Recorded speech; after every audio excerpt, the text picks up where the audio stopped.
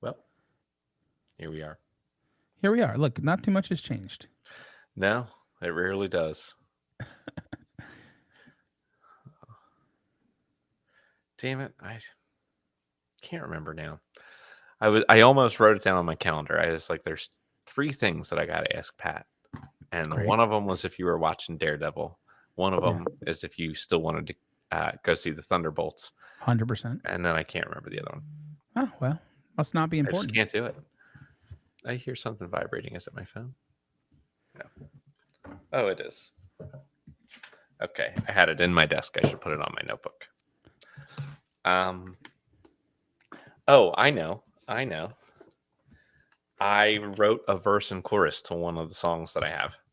Oh, nice. So I finally have some lyrics to it. So we got to get rolling with that. Yeah, for sure. I got a few more musical ideas cooking. But I know that it seems unrealistic, but we did like set a goal for trying to record the next album by this November, or at least being working on it. We should. So I mean, I'm I like, feel like it's still I'm achievable. really, yeah. So I like, even if we don't get it, if that drives us to have, even if it's only like 5 or 6 songs that we feel like are ready to go, Yeah. you know, like if we're there, I'll feel good. I don't think there's anything stopping that. I think we just have to. And honestly, sometimes if we had like 3 or 4 songs that we could run back and forth, and we start laying down tracks, that might help get the juices flowing and the feeling for how the album's starting to sound, Yeah. and something like that could. I really think it would help us. I mean, I don't know if necessarily on Saturday, but maybe on Saturday or maybe the next time we meet, just running all of our songs. Like just running our 2 albums, just because like how long has it been since we've run some of them? A lot, a long time. I mean, from the first album, but then also from the second album, like it's been a long time since we've run them. We don't really call them Yeah. at gigs too often. No, So like no, we're out of that headspace of like our own creative space. And I think yeah, that would game for practicing those. yeah. Yeah, I Even, definitely want to practicing, try but to more so work literally on. just running Yeah. them and then working on some There's originals. and there's 2 originals that we worked on before when you couldn't make one of them that we like pretty much have done. Okay. But like I want you listening to them in full context, thinking about where the harmonies and the backing vocals and stuff like that go. Yeah. And then the other one is instrumental, but I kind of have strong thoughts on using like vocal instruments as like part of the layering for it. Okay. So those are things for you to think about. But I have another one, like a new piano one that I started working on yesterday that I don't have any lyrics or anything for, but I think would fit your voice well. And I think the other one that I'm working on will fit your voice better. That I do have a verse and chorus for, because it just gets, when I'm just kind of fucking around with it, it gets a little high for me. Like I go into falsetto, but I'm hearing it being in a range where you would like be belting the shit out of it. That's what I do. I like that. So yeah, I'm down. Sounds good. Okay. So yeah, I definitely want to run a couple of those tunes, Take Me Out and I'm Your Captain or whatever else, if anyone else puts any. But we can do some of the originals, and then I want to do some writing. I'm down. Like I'm down. I gotta go. All I have to do. So if you have any lyrics with no context whatsoever, or anything like that, actually, you know, like if you want to like dig out some of your old lyrics that we wrote shit to that like then we never did anything with the music, and then come up with a brand new melody for them and see if they stick with one of these other songs or something like that. I'll take a look tomorrow during the day or tomorrow after work and just see what I have. I know the last like month or so I have not touched anything because I've been so jazzed up about this whole situation. Now hopefully you can just now take all that stress and anxiety and put it into creative stuff. That's kind of what I'm hoping as well. I can just kind of funnel it in because it's been a nightmare, but it's good now.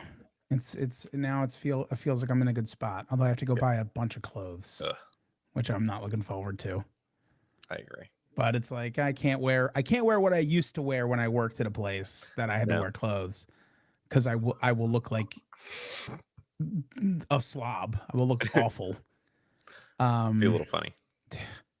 dude, I was literally Well, how far into your pants can you tuck something? it's nuts. I was wearing I did put on I had to wear a pair of pants from before to the interview, and I literally was like I had to like tuck like the back of them to Yeah. because the only other pants that I even had were the pants I wore to my rehearsal dinner, Okay. and they were still like and it just didn't work. I'm like, I'm just gonna wear these and just hope. Yeah. I made it through, but it was it's a whole. I gotta buy like a bunch of dress shirts and shit. So Yeah. it is what it is. I suppose you're right. All right, how do we feel? You feel like we might be ready to I'm start? ready. All right. Um. Okay. You know what? I shouldn't do what I was about to do, Okay. but I should instead do this. I'm ready. 3, 2, 1.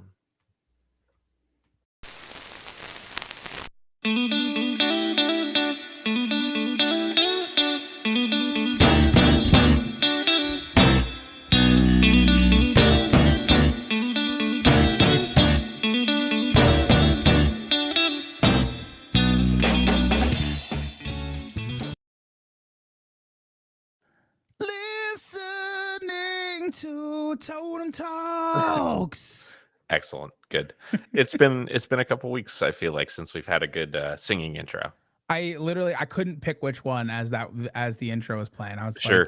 like, there's like 5 choices I could pick right now. Well, I would have said 3 if I'm thinking in terms of 80s film soundtrack iconic pieces. 2 by one artist and 1 by the other. But I might be missing something. You're missing one. Is it by the same person who It's had by the the same 2 of person them? I just sang. Okay. There's 3 of them by him, huh? Yes. How about that? And you've That's definitely heard it, whether or not you whether recognize it I as a movie know. Okay, soundtrack. sure. What movie is it You've from? Caddyshack. Okay, I have seen that. It's I'm all right. Nobody worry about me. I'm Okay. all right. That's also him. It's not super familiar. It's not screaming out to me, but I know I have It's the seen third of Caddyshack. 3 familiar songs, but it Okay. is a familiar song. Okay. So it is what it is. Sure. I'm with you. All right. Either way, welcome in everybody to another episode of Totem Talks. This is season 8, episode 7, and this is the battle of the 80s soundtrack gurus. That's right. We've decided they are gurus. Yeah, somebody decided that at some point in pre-production. Yeah, of course, as it was. And we're just going to roll with it. So if you are unfamiliar with Totem Talks, how on earth did you find us? How are you here? Where did you come from? Where did you go? Where did you go? Where did you come from, Cotton Eye Joe? There it is. But no, a Totem Talks is a musical podcast where we are, well, not a musical podcast. We're not, Not it's a music musicals. podcast. Yeah. But although, I mean, Music is a Nick, theme. there's always the chance we could make it a musical podcast. Would you No. care to I'm start out. a song and dance routine? That's where I'm out. My apologies. But no, this is a music podcast where we are determining the greatest musical artists of all time. And yeah, as we were ordained to by Zeno yes, and Zoroaster. For whatever reason, the Abrahamic God did not contact us. He was not in contact to put us on this quest. But the flying Zoroaster spaghetti was. monster You did let rarely us hear know, from though. him. Yeah, he sent us an email. Yeah. Yeah, you know, it is what it is. I think I got an AIM chat from one of them too. I can't. It's hard to determine. It's been a while. I have not seen an AIM we chat were in some preordained. time. That's true. All right. Either way, that's what we're doing. That's who we are. We've been doing this for 7+ seasons now. We're in season 8. We are rolling, and the real question is, Nick, did we find the greatest musical artist of all time today? Well, I'm glad you asked, but no. Okay. You know what? Great. So this was awesome. Thank you for tuning in, everybody. We'll be back next week with other no. And We'll I'll either say yes or no. Yeah, we'll still tell you why. We'll tell you why. Yeah, that's right. We're going to break down these 2 artists. Some weird things here to go over. Yeah, there are. Why don't you tell us, Nick, I would love to. who we're covering today? So we're kicking things off with Kenny Loggins, and then we are following that on up with Simple Minds. Yeah, So there we go. are. There's our connection. There we are. Yes, the 80s soundtracks, and we will go over what songs. You may have caught a little bit of my intro Your / dangers, then the then. one I sang afterwards that are both, I would say, 2 and 3. Footloose being number one. Footloose presumably. being number 1 for Kenny Loggins. I would say agree with that. Footloose, Danger Zone, I'm All Right. They're the 380 soundtracks for Kenny. Sure. There's a real wide gulf between 2 and 3 for me. There is for me as well. It's Okay. just on the list. Okay. If you have to list them, that they're on the list. Sure. But like, I'm not going to count like, oh, what's another one? There's also like Nobody's Fool from Caddyshack 2. I'm not counting that. Like we're getting a little crazy there. What? Right. That's what I was saying. There's too many. There's too many. Okay. Either way, let us get started here with our main man here. Yeah. So Kenny Loggins. Kenneth Clark Loggins is an American singer, songwriter, and guitarist. He was active from 1968 until the present day. Although his last recorded album was from 2009. We're covering one from 2007. We'll discuss in a minute. We covered 3 albums. We started with Celebrate Me Home from 1977. And I'm wondering if you thought the same thing when that song came on. We'll find out. We followed that up with Night Watch from 1978. And then How About Now from 2007. That's right. So those are the 3 albums we covered. And Kenny's your artist. And Kenny's my artist. So I'll get started with Celebrate Me Home. And let me tell you, man, it was boring. I'm sorry, Kenny. I don't mean this in a bad way. It was musically fine. He sounded all right on it, but it was boring. It was soft rock with an emphasis on soft. And I was ready to snooze about halfway through this album. That's really all that I can say. It was very clearly a conscious effort to separate himself from Loggins and Messina. Like, that's what this entire album felt like. It felt like, you know, all the things you liked about Loggins and Messina, this is not that. It's completely different, which I respect the effort. Sure. But it was real slow. It was very interesting to me because I feel like I've liked versions of these songs on like other prominent artists from the 70s and 80s, but like as a palate cleanser, not as the whole album. You know, it just is what it is. Yeah. Oh, I definitely agree with that. Yeah. This and is then a whole palate cleansers. Yeah, it was a whole album of palate cleansers. And then you get to Celebrate Me Home, the title track.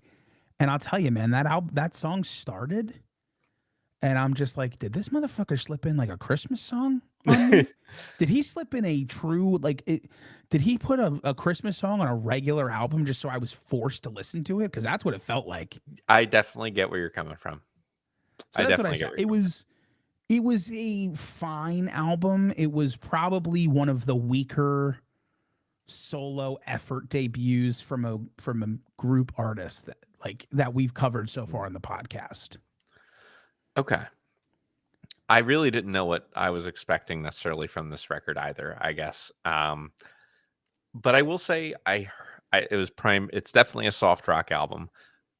But at times I could hear like the Blue-Eyed Soul influence, although like the bluest of eyes. Oh my God. The blue. Oh yes. my, they're almost translucent. Yes. But it's there. Like a little yacht rocky-ish almost.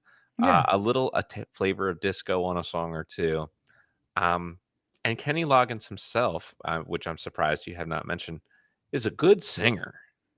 Yeah, he's a good singer. It sounded good. Yeah. And I think in this album especially, I mean, not to make, comparisons that I shouldn't be making, but he has just a little bit of Freddie in his voice when he hits the right note. The high tenor, the effortless tenor sound. Mm-hmm. I get what you're saying. Um, It lacks the Freddie power behind the yeah. effortless tenor, Oh, but for there's sure. definitely that, like, I can Mhm. literally sing notes that you couldn't comprehend, and I Yeah. get that. Mhm. So again, like the individual songs, it was boring. They were all palate cleansers. Like I agree with what you're saying. Like I don't think the individual songs were poorly constructed because I heard these different musical influences behind them that are all like wrapped up in a soft rock package. But what I'm trying to say is like I agree with your critiques about the album being boring, but I think there was a lot of good, but it's like Yeah. someone who like, has a lot of good there, but just can't get it across to you in, like, a fully interesting way. Yes, It's like if you somebody with stop and the really focus, you can hear everything that's really good about it. But if you wanna listen passively, like, you'll fall asleep. it just yeah, it sounded like somebody, like I said, just trying to be different for the sake of being different. And so, like, if you listen past that aspect of it, there's talent there, but it's like, come on, like, Yeah. I, a little bit more. Also, I did think it was really funny because I'm going to let you go into Night Watch in a second. There was one song where I was like, oh, this song's kind of douchey. And Mm. it's Daddy's Back. It's like Yeah. right towards the end of the album. Of course, that song is co written by David Foster, who, Mhm. like, king of douchey stuff. So just thought that was hilarious. Yeah, and oh, that's a good point. So for both of these first 2 albums, all the songs are co-written. Yes. So that's just something to keep in mind. It seems to me w that, he's maybe more often writing the music than lyrics, but he is co-writing pretty much everything. Yeah, But well, it Night all it feels to me more like collaborative because, like, it feels to it me like, probably is, yeah, but there are unlike a with lot of other artists, collaborators. I've never had the thought of Kenny Loggins as, like, a subpar songwriter. It really Yeah, always feels sure, to me like in his work, and as we went through these, where he's just like collaborating with different artists for fun. sure. Because and as I'll talk about in some of my stuff, like, he's been a songwriter longer than he's been a performer. Okay, makes sense. Alright, so Night Watch. So, like, color me super surprised that this opens on a nearly 8-minute long song. Yeah, right. I'm sure you So, I loved did it. not see that coming, but I did enjoy that. There's a nice little saxophone solo. There was some, like the opener, like, it was a little experimental, like, that opening minute, the way it came in. Yeah. I was like I almost thought we were gonna see a large change in direction, but, we did not. Um, but I think there was more to change on this album. So, like, whereas the first album suffered a little bit more because there was never really a massive change up song to make us appreciate the softer songs a little bit more. There were more sounds here. Down in the Boondocks had like a very cool bass line to it. Yeah. There were, some interesting effects on some of the songs. And then what did not know, I don't know how I didn't know this. You get like the first released version of What a Of What Fool a Fool Believes. Believes. And I'll tell you this, it's a lot worse than the Doobie Brothers Yeah. version. Yeah, no, it It's a lot is. worse, but it has one thing going for it that the Doobie Brothers version has never had, which is that I understood some of the lyrics. Yeah, all the words. Yeah, right. It almost felt like the sing-along version of the Doobie Yeah, Brothers version of the yeah, song. because I've It heard was, the like, Doobie just Brothers. close Yeah, enough. I've heard that one 1,000 times, and it's great. It's an awesome song, but I couldn't tell you any of the words other than "What a Well, Fool that's Believes" just right Michael now. McDonald. Come Like, no, on. I don't genuinely have no idea how it goes. On this, I Yeah. heard lyrics. Uh, All right. Here's the we'll talk. But coming into this album, the 7-minute song was a bit intimidating. It did showcase a slightly different feel than the rest of the album and the first album. The thing I liked about this album, though, is it just felt like there was a little more energy. yeah, Not necessarily like in a quantifiable way. Like, it wasn't like, oh, this is rhythmically faster or like louder sonically. I just felt more like of a pulse to this album. It felt less like I want to be different than Loggins and Messina and more like I'm getting closer to figuring out what my sound is. And I appreciated that. Yeah, the Down in the Boondocks, excellent choice of cover to palate cleanse from an album that could have been more palate cleansing. So I liked that part of it. And then coming right back in with a duet with Stevie Nicks was Right. chef's kiss. Love hearing Stevie Nicks, especially love hearing Stevie Nicks in the 70s That's when one she of the was best arguably at times. her most Stevie Nicks-ish. Yeah, that was when she was, I don't know, the third best singer in Fleetwood Mac. Sure, I get that. It's fine. I don't disagree with you. And then yeah, we'll talk more about what a fool believes, but a very interesting moment for me when it came on because I'm like, oh, Yeah, interesting. yeah. What a fool believes. And then Mhm. I did research on the song Sure. to figure out the story behind it. But all in all, an enjoyable second album. This is what I expect a little more of. I was like, okay, cool. We're in the realm where it's like I'm not trying to be as different. I'm just trying to settle into myself. And I appreciate that so much more. All right. So I'll take us into How About Now. Now, before we get too far into How About Now, I just want to say that there is technically an album called All Join In, which was released in 2009, which theoretically would be his last released album of the time. We could theoretically have covered that. The reason we didn't is because that is a children's album. So Kenny Loggins has 3 children's albums, and that is the third one.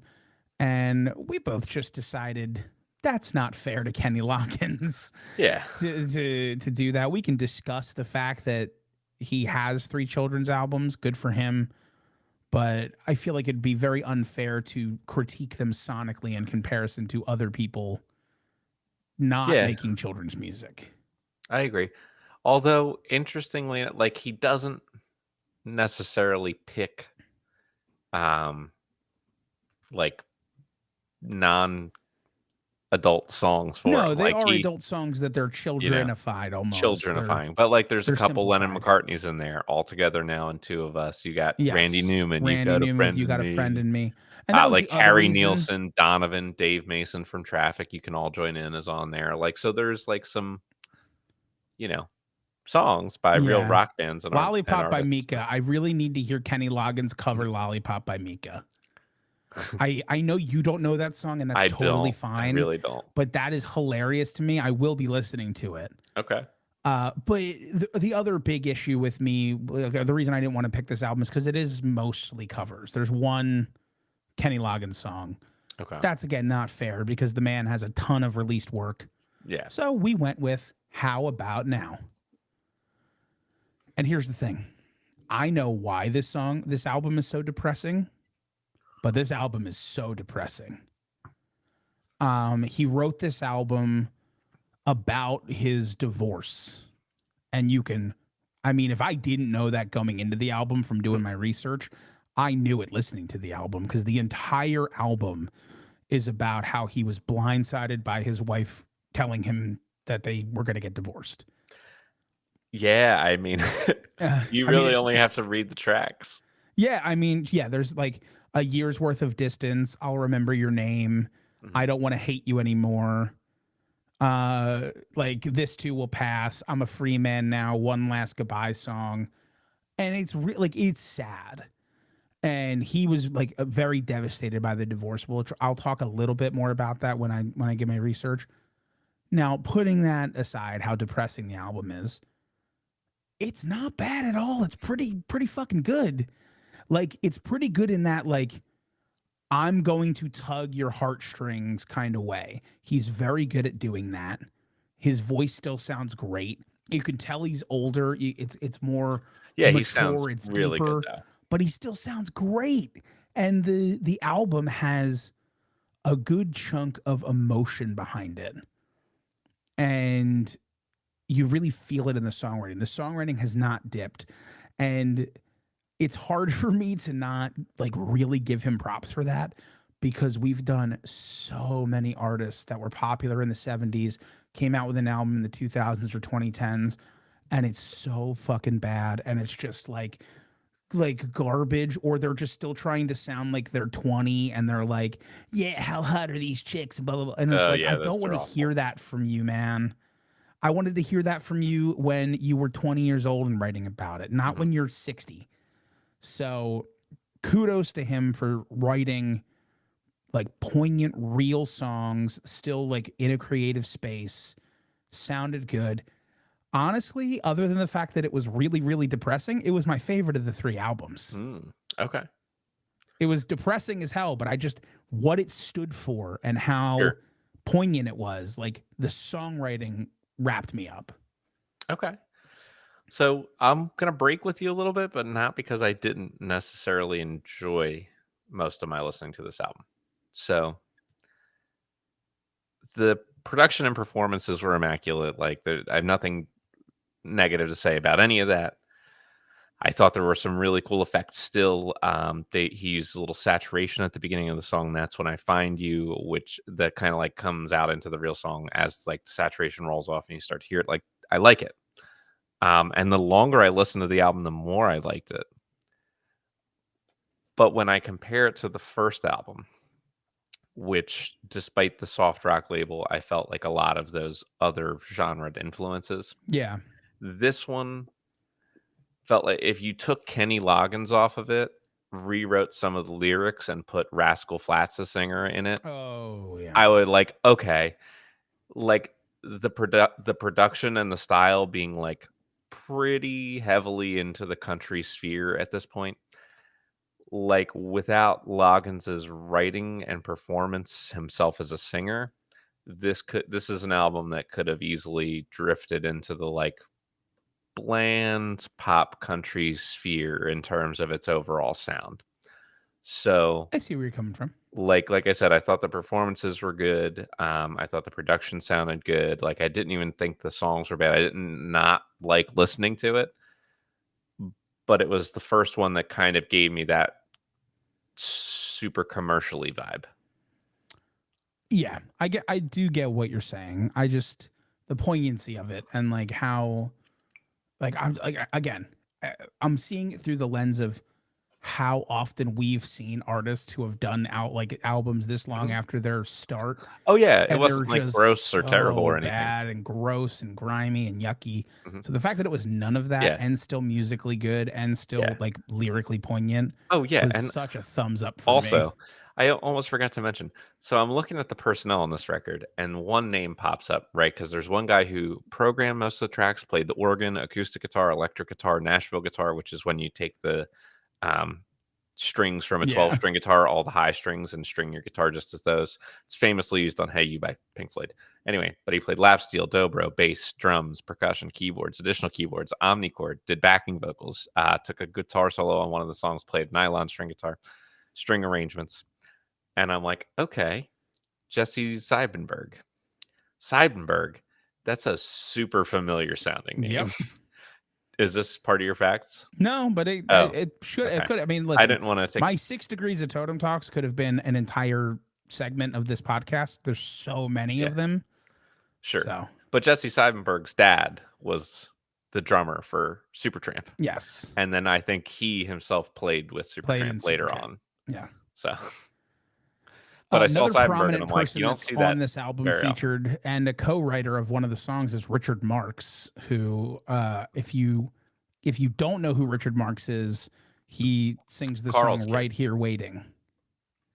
So wherever you go, Mhm, whatever you do, I will be right here. That's Richard mhm. Marx, which, eh, I'm sure he's got more than that. That's the one I know. He's known for writing pop songs for a lot of people. Yeah, for sure. And one very Yes. popular one himself. Okay. Some facts about Kenny. So the unique fact I actually went with What a Fool Believes because I thought it was such an interesting thing that like you don't see a lot of. So that song was fully co-written by Kenny Loggins and Michael McDonald, like with the intention that they would just release it separately. And so Kenny Loggins released his on the album Night Watch, and then obviously Michael McDonald released his version with the Doobie Brothers. But I just thought that was pretty unique to have a song written by two people, but like not collaborated on in any way other than they wrote it together.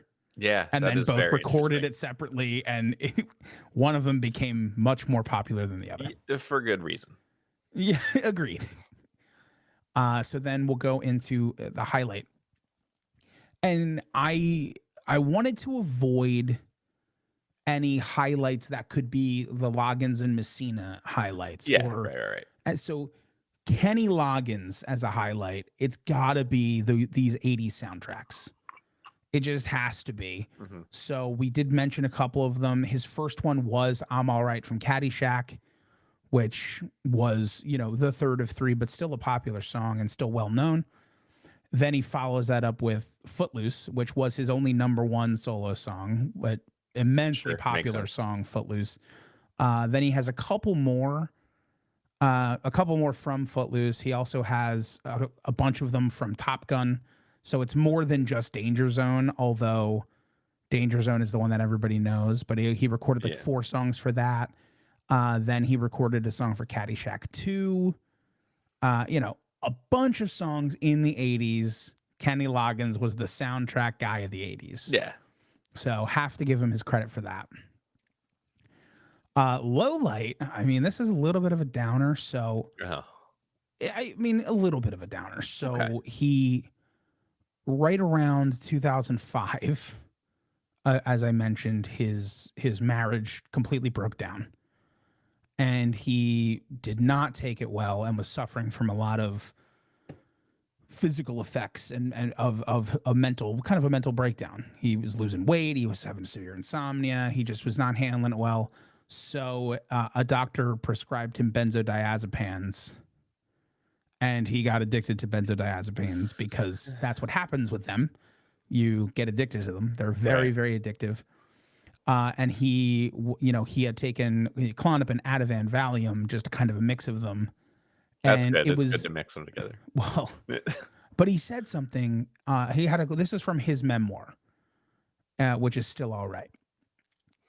And he said something that I just think is something that kind of everybody needs to hear, because it's the "it couldn't happen to me" Sure. sentiment. And Yeah. he basically says the doctor warned him they were highly addictive, but, quote, "I'd never been addicted to anything. I had no idea how difficult detox would be." And he's like, "I figured I'd just use them for a little bit and get back on my feet and then taper off whenever I wanted to," which is how everybody thinks of stuff like that. Hmm. You always think of like, I understand addiction, but like people have this like thought that addiction is a choice kind of in the back of their minds, where it's like, I can choose to not be addicted to something. And it's like, sir or madam, you cannot. You cannot. Yeah. Addiction is a disease that you get. And even if the first action of it is a choice, you choose to do the thing, it's a physical reaction that you cannot change. And it's just one of those things you have to be really, really careful with that stuff. I feel like it's very Dunning-Krugery. It's like one It of those things is. where it's like, yeah, maybe everybody's How like, but That's not so me weird though. that you Like I'm said like that, because the. that's the second time today I've talked about the Dunning-Kruger effect. Oh, really? Yeah. But just putting it out there, like, it is like, it's one of those things that you just, Mhm. ugh. But either way, he did manage to kick it. He used Wellbutrin, which is something that people take to get off of Ativan and things like that. But then about 5 years later, he did relapse after he had complications during surgery to remove a cyst.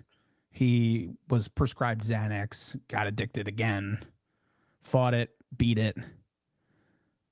So it was a bit of a low light for him in Sure. that, Yeah. the dissolution of his second marriage and into, a few years of addiction.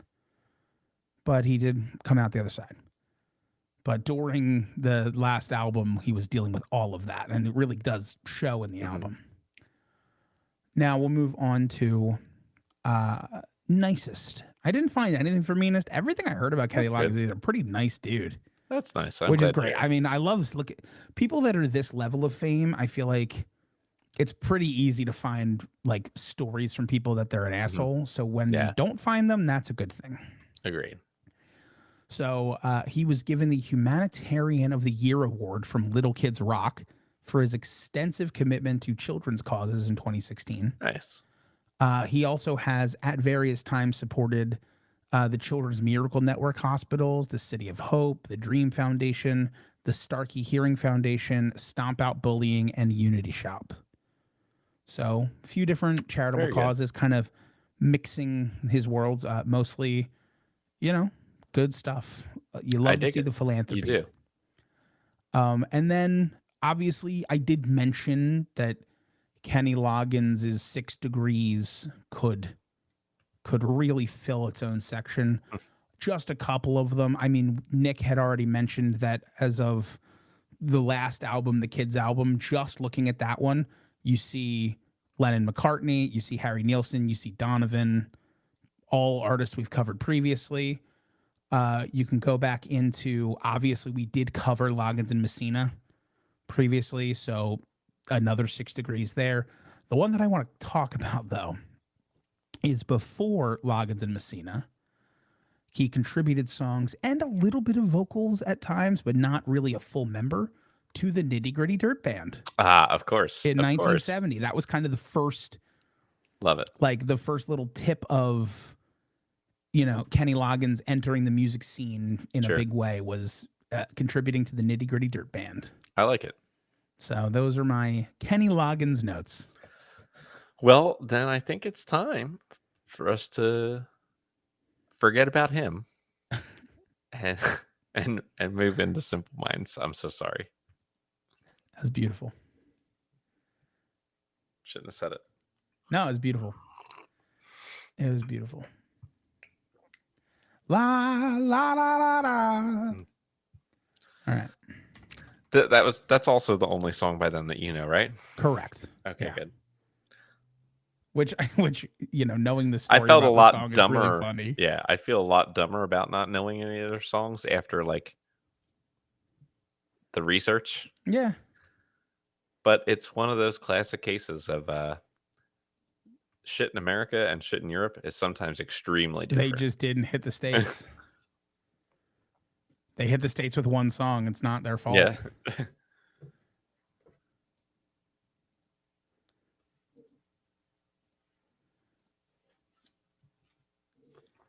All right. Let me grab a drink and then I'll Very be good. ready to go.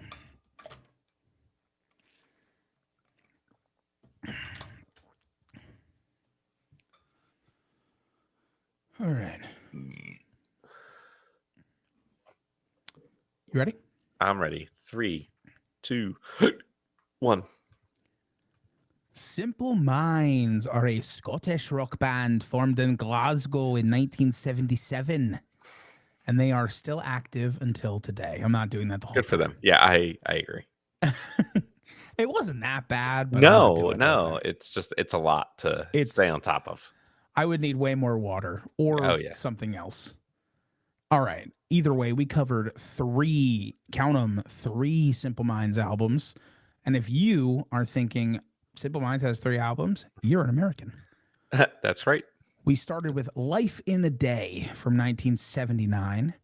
We followed that up with Once Upon a Time from 1985. And then Direction of the Heart from 2022. Yes. And Nick, and I will begin. Take it away. So Life in a Day. I'm not sure again, like what I was thinking about this, because coming into both of these listens, I was like, I know the song or the 2 songs that are super famous from being in movies. But Life in a Day is not necessarily the sound of Don't You Forget About Me, and it's not really the sound that we heard in later albums. It's 79, but it's a band that's like definitely in the 80s, but it's an 80s band that has also remembered their 70s roots really well, and they sit in this like new wave place, maybe more similar to a band like The Cars, where there's some really good classic rock and roll influence, but they're still like moving with the times in an authentic way. So I actually thought this was a lot better than a lot of cheesier sounding new wave pop rock. Um, and it was still fun and upbeat at the same time. So this was like everything that the Kenny Loggins first album was missing. I think that the songwriting was still like pretty varied and compelling. Like I think all the songs stood pretty well on their own.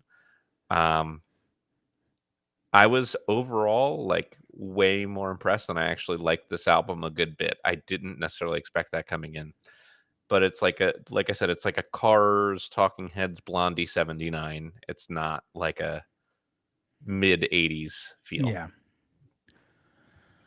Yeah, I agree with a lot of what you're saying. I'll tell you right now, if you are listening to this with the sheer want of more Don't You Forget About Me and like that sound, you'll be disappointed. And I do think that's maybe why this band didn't really kick off in America, Maybe.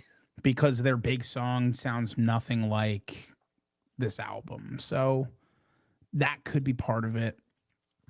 But it does sound pretty good. I mean, it has a little bit of that like post-punky sound mixed in with the new wave, but not that like cheesy over-processed new wave Yeah, I as you think the best mentioned. elements of those Yeah. movements. Yeah, I mean the unfortunate, like there's a little bit of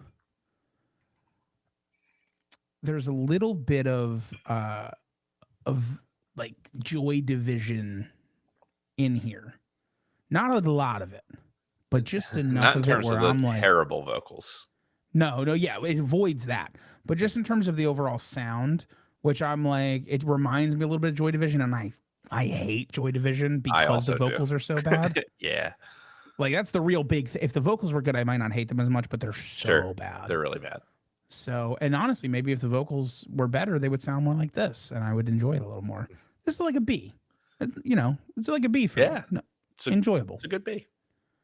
So I'll take us into Once Upon a Time.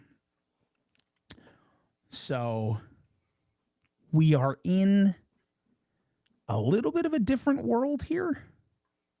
Yes.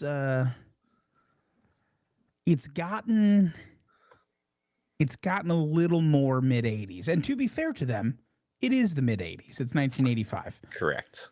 And you know it. You know it right Yeah. away. I feel like I'm trying to be nice because I feel like you might not be, just based on what the album is. But I don't have too many nice things to say other than the fact that, like, for being a type of music I don't like, I didn't actively hate it. I think that's a really nice way of putting it. And I think we're largely in agreement here. Like, there's a pretty profound 6-year difference here. Yeah. This is much closer to what I was fearing that this band could be. Like it's an album that is very explicitly of its era in terms of the production, in terms of the effects used on the instruments, in terms of the patches that they're using for the synths. It's not really bad or anything, but I didn't like it. I liked the first album and I didn't like listening to this. I will never listen to this again, but I didn't actively think it was bad while I was listening to it. Yeah. So It was unpleasantly forgettable. yeah, that's a good. I like that. It's a new term. We're going to keep that. Which brings us all the way up to Direction of the Heart, right? Yeah. So it is now a lot later in time. It's 2022. Is it? It is. And Are you sure? no, I am.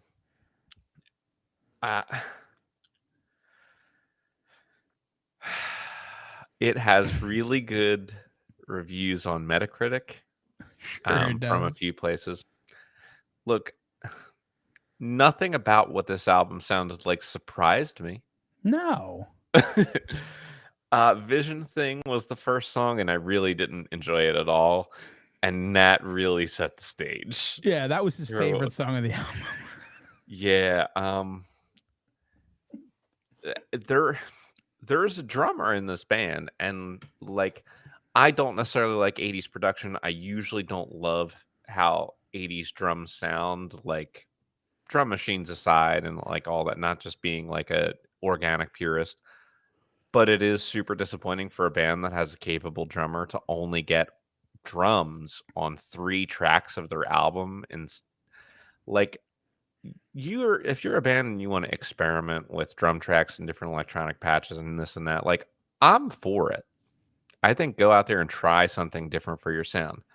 But if you have a drummer and you only use her for 3 songs on the album, why? Why do you have a drummer? Like, it's a band. Like, this maybe these songs would have sounded better if they were played together by a group. I don't know. It was everything I Yeah. was afraid this band could be. Yeah, listen, this album simultaneously came out in 2022 and 1986. That's what it really felt like. It almost felt like if they re-recorded an album from the mid 80s with modern day processing and production, which is just the worst of both worlds. I agree. It's just the worst. Like, I don't want an album that sounds like the 80s but even more computerized. I agree. So I agree. a big swing and a miss, which is honestly disappointing. It's the trajectories of these two artists went almost exactly in reverse for me, where it was like Simple Minds. I was but they started like kind of here in like a B range and then just tanked as they went. And Kenny Loggins started in like the D range with like boredom and palate cleansing. Although there was some moments in the album, as you mentioned, if you look deeper, and then just kind of got a little better each time for me. I know you disagree on the third album, but Sure. just why? Just why? I'm not actually asking why because I do understand why. Sure. I just kind of wish they went in a different direction. I agree. Musically, because there was a lot of promise for me personally and my taste on that first album. Yeah, for sure. So, Okay. So I'm going to go in kind of a reverse order here just to get to save the interesting stuff for last. As far as the nicest thing about this group, they were big anti-apartheid fans. And they loved Nelson Mandela, and they ended up being involved in like putting together the giant concert for his 90th birthday tribute, and playing for that. So they were involved in that sphere, and that's good. That is good. I didn't really pull anything for Mean either, but I can maybe mix it with the low light, which is partially at least that they weren't really able to keep a consistent group together. So, like, this is a band that has been through a lot of iterations. Like, you got Jim Kerr and Charlie Burchill who have been with them the entire time. But then there were, like 20 total people who have been in this band, which is not what you would expect. When you say there's 20 people who've been in this band, I'm thinking like the Drifters, where it was like a name that was owned by the studio, and they were just constantly hiring in and out other singers to like go perform the songs and the studio's name. Or like something like the Nitty Gritty Dirt Band, which I feel like is almost like an SNL of. Yeah. It's like, hey, you're a good musician. You're going to come in here. You're going to be a part of our cast for a while, and then you're going to go off and you're going to do other things. But I wasn't expecting Kenan Thompson. Yeah, or you're going to live there forever. But I wasn't expecting a Simple Minds type band to be like that. Yeah, but real quick, also, we just mention I hate to do this. Sure, go ahead. If you're listening to this, Charlie Burchill, let a little gray into your hair at this point. I'm not saying you got to go full silver, but you're 65 years old and you have the hair of a 24-year-old man. Yeah, it doesn't looks fake. If you just do a Clooney, salt and pepper it a little bit around 100%. The temples. Like, it's advice that I truly mean this from the bottom of my heart. I'm not saying this to insult you, but like your picture on Wikipedia, it looks like you're wearing a piece, and I don't think you are. Yeah, that's a great point. And I'm glad that you brought it up. Just throwing it out there. Thank you. So I have another little low light story. So one thing we've already hinted at is the fact that this band was not big in the United States, but they were huge in Europe. So in the early 80s, they were trying to build an American audience and doing a little tour in the United States. And they were really, really struggling. And they played one show that was to only 30 people. And so they went to the promoter of that show to explicitly complain about what was going on. And he told them to like just shrug it off because there was a band that played there last night that only got 25 people. And in a 6 degrees of Tone of Talk's turn, that band turned out to be U2. Love that. I love that. So that's kind of interesting. That is. And they both, they both are known for things now. They are. Yeah, they became more known. As a highlight, I mean, there's the obvious success of Don't You Forget About Me, which was an enormous single for them, even though it wasn't technically on any of their albums, unless you get like Yeah. the bonus track versions that are released with outside singles. But arguably their biggest, definitely their biggest American hit by far. And they were also the best-selling Scottish band of the 1980s. So credit where credit is due. Yeah, absolutely. Now, as far as what's unique, let's jump into Don't You Forget About Me. So they had no interest in recording the song. They didn't really want anything to do with it. They didn't think very much of it. It was written by someone else explicitly for the movie The Breakfast Club, and then they were shopping it around to other artists to try to find somebody to record it. So they asked Brian Ferry from Roxy Music, and he said no. And they asked Corey Hart, who was like had a big hit at the time. You probably don't recognize his name, but you would know "Sunglasses at Night." I wear my sunglasses at night. Yeah. And then they also asked Billy Idol. And all of them turned this song down. They said, no, I'm not recording that song. So Simple Minds took 3 hours to throw this out there. Go ahead. Billy Idol would have fucking killed that song. Mm-hmm. Just throwing it out there. Sure. Billy Idol would have crushed Don't You Forget About Me. Although he would have made it sound just like Rebel Yell and, all of his other songs. Sure. But the band finally, Simple Minds accepts it. They record it in 3 hours and totally forget about it. And then when it becomes a #1 hit in the US and all of a sudden they're becoming extremely popular, they are like flabbergasted. Like they were taken by surprise. They didn't know that it was big or charting. And they only recorded it. The band themselves actually didn't even really care for the song and weren't interested in doing it. But in another 6 degrees of Totem Talk's turn, they were talked into recording it by Chrissie Hynde of the Pretenders. Okay. And they were talked into doing it because Jim Kerr was married to Chrissie Hynde from 1984 to 1990. So literally like the perfect storm. Yes. That's crazy. Uh-huh. And I also have one more 6 degrees of Totem Talks to wrap things up, which is that Jim Kerr's brother Mark played in a band called Gun, which had some minor success in Europe. And in that band was a guy named Scott Shields, who left the band in the 1990s to join a band called the Mescaleros, which was fronted by Joe Strummer of The Clash. Hey, okay. So there's 3 6 degrees. There's 18 degrees mixed in for you. That's all I got. Okay. Well, listen, I think there's nothing left here. I think it's just time. Okay. Cultural impact. Now, we got to try to separate the Loggins and Messina points here. Sure. We will. Even if we just look at, I think we're still above average for Kenny Loggins. I think you're right because he had a lot of success. Like even his first few albums were platinums and golds. Yeah. He had success throughout his career, whether we remember the songs 40 years later or not. Like he was definitely very popular throughout his career, like at the time. Yeah.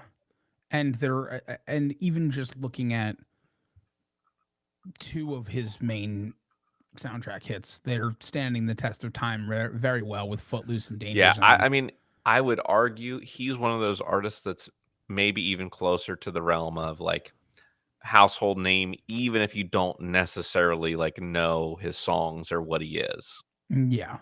Like the One other name bit Kenny of Loggins. cultural bump for him, which I might even be I don't know if it's X Factor or not, but Okay. he was like one of the participants in We Are the World, Okay. which was, you know, a big deal at the time, and he was well known for being in it, as are the artists that were in it. If you're a fan of We Are the World, Which I am not.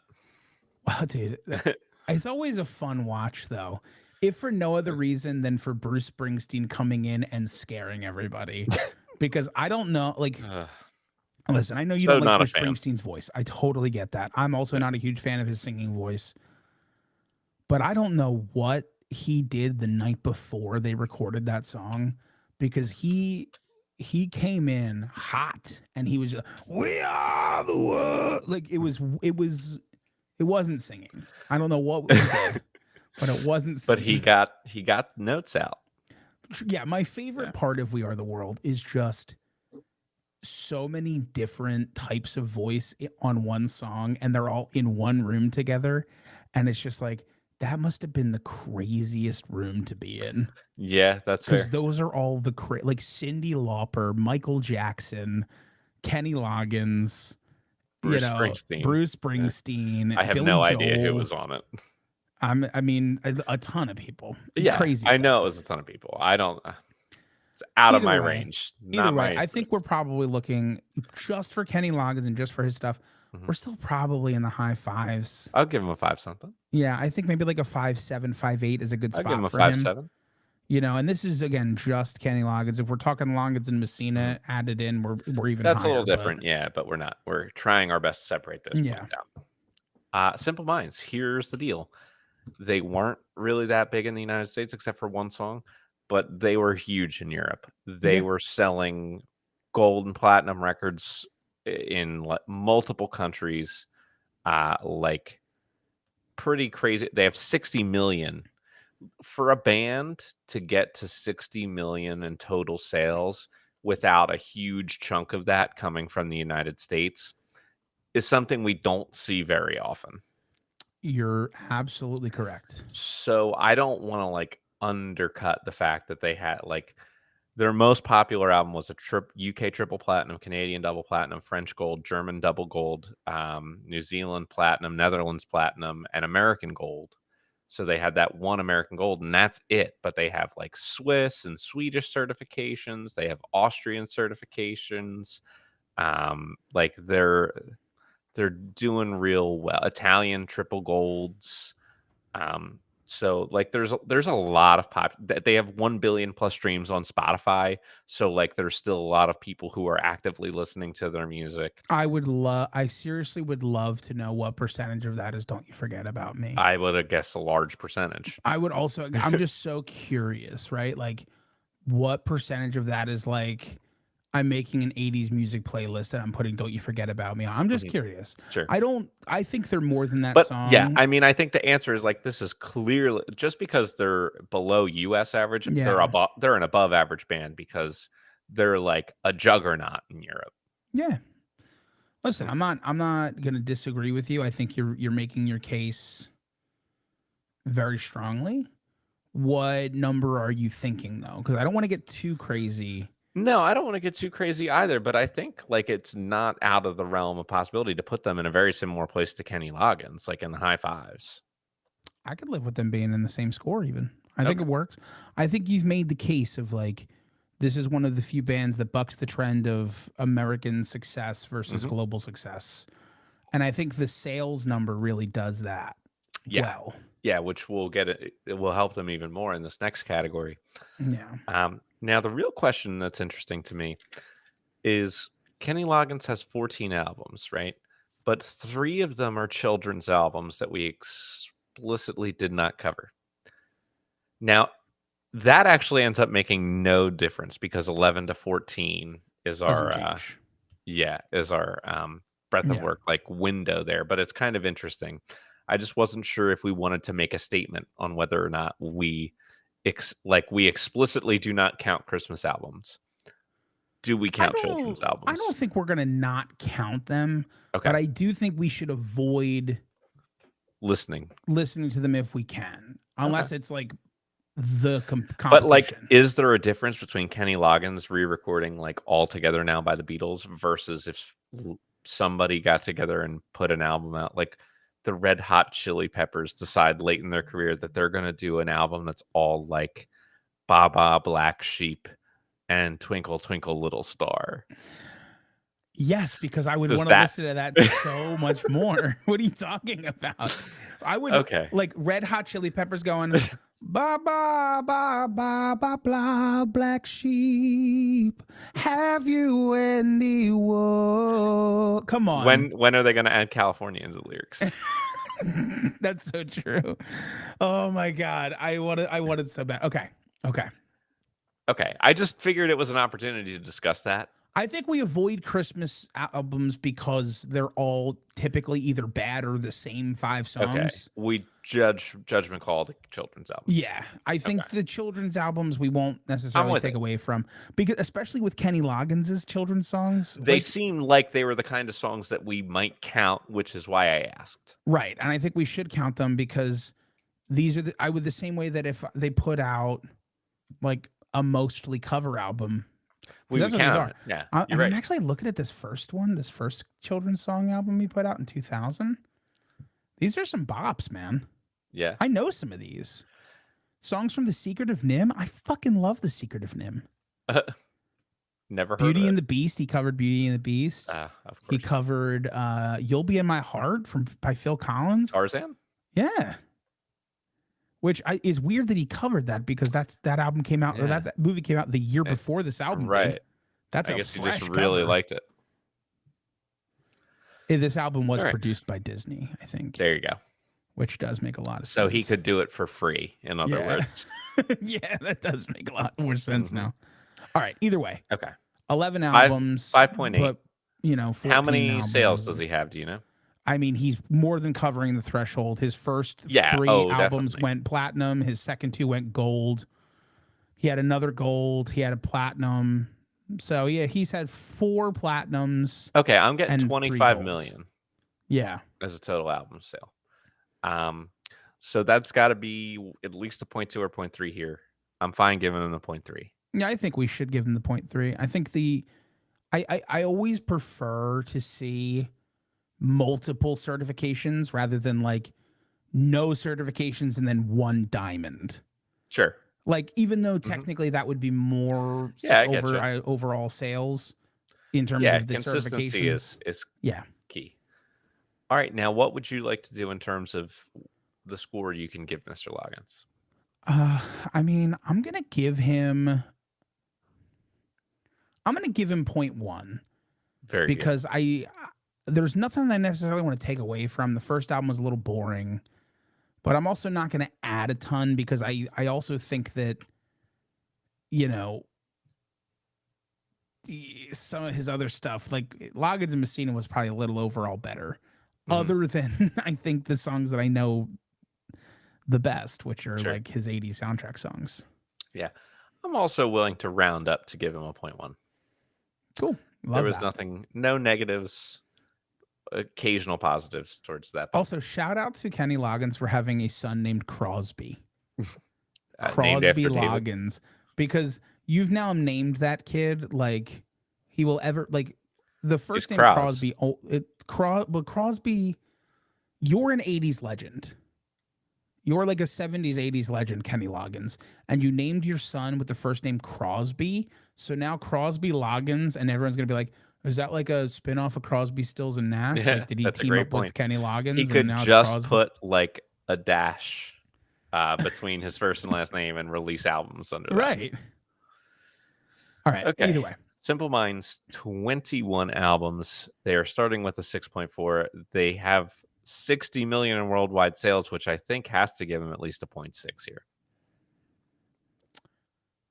Yeah, I think that's fair. Got to, right? I think that's fair. Yeah. So that puts them at a 7.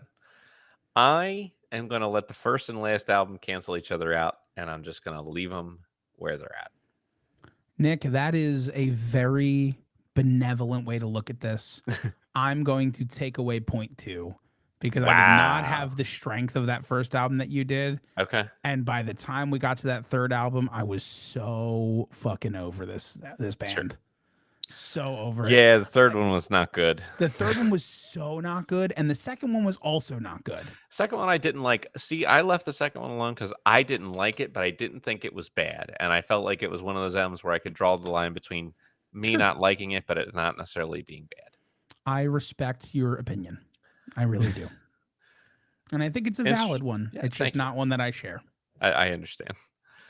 Instrumental talent. I'm not crazy high on anything I heard instrumentally. Not that I thought anything was bad this week, but Kenny Loggins' voice is the That's the star only of the thing show. that stands out on any of these 6 albums. Yeah, Kenny Loggins' vocal is the star of the episode to me. He's got that effortless tenor vocal in the first 2 albums, and then like a really effortless like older Barry tenor to that third album. And I just think that is so rare. It's rare to have the longevity, and for somebody that's performed and recorded as much as he has to maintain his voice that well as he gets older, it's just impressive stuff, and it's I something that you agree. don't see all the time. It's whenever I feel like we maybe talk about it more than we talk about the other side, even though the other side of it is so much more common. I just feel like it's more expected. Mhm. Like when somebody's voice is completely shot by the time they're You're like, 65, "Yeah, 70 they're years old, we're 60." like, yeah, the music is fine. I expected the voice to sound like shit. Let's move Yeah, on. But when yeah. it doesn't, I feel like we always harp on it, and it's because it's rare. It doesn't You're right. happen. You're right. So I think I understand what you're saying in terms of the rest of the stuff was kind of Yeah, exactly. Like there. I said, like, no one played anything that sounded bad or wrong in any way, but there were no instrumentalists that were jumping out at me. Kenny Loggins, I'm sure he's a fine guitarist and all that, but, like, there wasn't a lot of crazy guitar work as a, mainstay of his records. That's just Yeah. not what his songwriting sounds like. Yeah, he is soft rock personified on these Yeah, albums where it's and, like, just sometimes that means chill. really tight musicianship, but just, like, nothing Yeah. crazily impressive in terms of the parts. I would So say it's you probably a bunch of 5s, but Kenny Loggins is like at least a 7 vocally. Yeah, sure. And So so I we're think that looking averages out into the 5 somewhere. It yeah. brings the rest of the band up. Yeah. How Are you thinking like far? 5? I would say like as far as a 5-8. Okay. I think I'll give that's you 5-7. I love it. And then Simple Minds, I don't know. I could just sit at a 5 because I actually I think the vocalists are capable. I Like, it's agree. not like not good. I think everything was like good enough to be right in the average of a professional band. So I completely agree. I was leaning towards a 5 for them. It's something where I was never taken out by the instrumentation, but I was yeah. never drawn in by anything they did either. Hmm. So, 5. Yeah. And then we have some more interesting ones. So like songwriting for Kenny Loggins, I feel like there was some variation within and between his albums. Yeah. There were also issues with the songs just being a little bit boring A little and bit like boring. not having the ability to have those different songs on an album that stand out and make the whole thing flow and feel more cohesive in a way. Like it's more cohesive when you have differences because there's a natural movement to it. But the individual songwriting I thought was good and like had multiple influences underneath it. It was really the third album where I felt it was the least diverse. Yeah, which I don't disagree with. I get what you're saying. Like in terms of the songwriting, I still think it's above the Yeah, like I average. have good things to say about it, but I'm just like, this might be lower than his instrumental talent score, but still in the fives, like more Yeah, like a 5-1 or 5-2.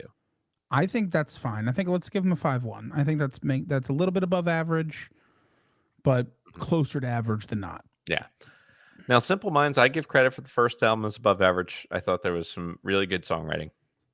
Second album, I didn't like the songwriting on as much, but I recognize the difference and I recognize how it catches the popularity at the time. Yeah. Third album is a negative. Yeah. They didn't continue to pull through by then, but All correct. I think for similar reasons, this is a band that can't be below average in this category because they had more than one sound and they had some individually well constructed songs and they also captured the sound of an era pretty well. So like Oh. I'm not lower than a 5. Listen, I I'm not completely high, understand. but I'm like at a I 5. really feel like if I were to just give them a 5, it would be really minimizing how just god awful I thought that third album was. Like It was it's one of bad. those things where it's like the first album I would probably give like a 5.3. Okay. Second album is like a clear 5 and the third album is like maybe a 4. I And like see. what does that average out to for I me? see what you're saying. I don't know. Maybe I'm trying to give too much credit to um backstop my just natural distaste for 80s production sounds and the style of synth But pop. the third album's Because I want 2022, to man. sure, no, I'm not even I'm not even taking that in. Like we both didn't like it. We both think that was below average. But I'm just trying to think of like how much credit do we give for a band that like shapes the sound of an era in a certain way and is like kind of iconic to their time Yeah, in terms of like capturing that sound, even if it's not a sound that I like. I And I respect it. guess that's what I'm trying to say gives them the 5 for me. But if it doesn't give them a 5 for you, I understand. For that second album, it does, but that third album still brings them below it to me. All And right, again, I'll we're give them a arguing like 4.9. points here. Yeah, 4.9. Like that's what I mean. We're arguing to put them the ceremonial below average for that third album to a 4.9. And I think at Okay. the end of the day, that's fine. Okay, so then we're at Poetic. I don't know. This is more. Sure. Well, I listen, barely ever hear this. I will talk a little bit about Kenny Loggins Mhm. because I know that he has a couple co-collaborators on some things. However, he is And the more prominent writer on his first album, he like very specifically was not writing lyrics. Yes, which is His something to second album, he consider. had a lot of co-writers too. So I wonder to what extent they were, because you can get on the first album, there's enough liner notes where you can see that it's specifically saying like music Kenny Loggins and Yeah, so, lyrics by lyrics somebody else. yeah. So that takes away Um, a little bit of the juice here. yeah, and I However, just I do wonder know how he much that contributed bleeds in. lyrically on some other things that he was doing. And the big lyrical thing for him, that third album that we covered was such a raw like wound to put into lyric, and it felt raw to me. Like I could literally feel the pain of the album. So like I know we can't like it's very interesting to me because I feel like that's the first time like I feel like Kenny Loggins' pain was so evident in the lyrics that I want to give him points for that. I know that we're not going to give him a bunch of points, especially since the lack of writing on the first point. But I just want to call it Mhm. out. Like that is a skill that is rare. Sure, yeah. It's a skill that is rare to do to take your pain and like just really truly convey it in song. Because I feel like a lot of times when that happens, people get either really on the nose or really cheesy. And I feel like he teetered that on the nose line in a way that was so like a tightrope walk of like it could so easily have been a little too on the nose, but I don't think he ever got there. Okay, Especially not in a way where I've heard a lot of other artists where they're talking about that shit and it's just so on the nose. So, sure. So uh where does that leave us? all that to say, I think we're looking at a guy who is well known for his songwriting, But who is it his lyric writing? is less known for the lyrical Yeah. contributions, even though on his 80s soundtrack albums, I believe he also contributes the lyrics. Okay. Like Something to be, loose, foot yeah. loose. Kick off the Sunday shoes, though. Jeez, Just something to Louise. say. I do think we're looking at a score that's probably in I would say the fours. Sure. I'm fine with that. Yeah, like maybe like a 4.3. I love it. I'm with you. And then we get to Simple Minds. Um, and they also had lyrics that I didn't find offensive. Did not find offensive Um, either. The big issue for me is like their far and away global biggest hit. They did not write any of, or sure. especially not the lyrics of. Yeah, but they have 21 albums of stuff that they did right and I 60 know. million in sales to show for it. So I'm not hurting them for that. I'm not I hurting them mean, for that too much. It's just one of those things they where would have it been just an like, extremely ugh. successful band without that hit. They just wouldn't have had any sales in the US. Yeah. So I don't know. I didn't notice. Usually I hear things that take away points unless they're like really, really explicitly very good, or I've heard the album like a bunch of times and I've like had the time to really learn the lyrics. So this is a band that never once offended me, never once gave me the like a cheesy feeling or an icky feeling. So for that, I'm willing to award them a 5. So here's my issue with that. Okay. Okay, and this is just a slight issue that I have with the way that I personally award like the average in this category. I I expect on average to have like one moment in any of my listening. Like one lyrical moment. And I'm the person who listens to the lyrics. You are. I And am I not. had zero lyrical moments with this band. Not one. It just felt like the words were there. It just felt like They were. they were written words. And like I don't know if it's just because I wasn't relating to the songs and the order they were given or not, but I was like trying to relate to this stuff because I always do when I listen, and I just wasn't getting that. So like we could give them a 5, but I'm slightly under a 5. I'll be 100% with you. Okay. I'll give them a 4.9. I love it. I love it. Just a little bit under. Just be like, Sure. nothing here was that like moment where I was like, this is the moment. I understand. Is there X factor to consider for either one of these groups? I don't think so. I think a lot of it is just stuff that we've already kind of calculated. Yeah, exactly. Um, I just think that is what it is, unless we want to give We Are the World points. I do not, but I We are the appreciate you world, Nick. asking. We are the children. I'm, We are the I'm too ones old to be make a children. brighter day, so let's start living. I wouldn't have been able to tell you that many words to that song. I'm shocked I knew After We them. Are the Children, I'm I done. am absolutely shocked I knew them. I know 8 words to that song, and 3 of them repeat. Yeah. Okay, well then in that case, I have final scores, and I'll tell you, it was a close one. I'm sure it was. It was within 0.2. Oh my God. Mm-hmm. Okay. So winning this week's episode with a score of 27.3 is Simple Minds. Really? Yeah. Okay. And Kenny Loggins had a 27.1. So this is really tight. Man, that's rough. I'll say having 35 million more in sales definitely helps. Yeah, but Nick, they don't count. They're not American sales. We should just take them Wow. off the board. All right. What are you running for president? I should.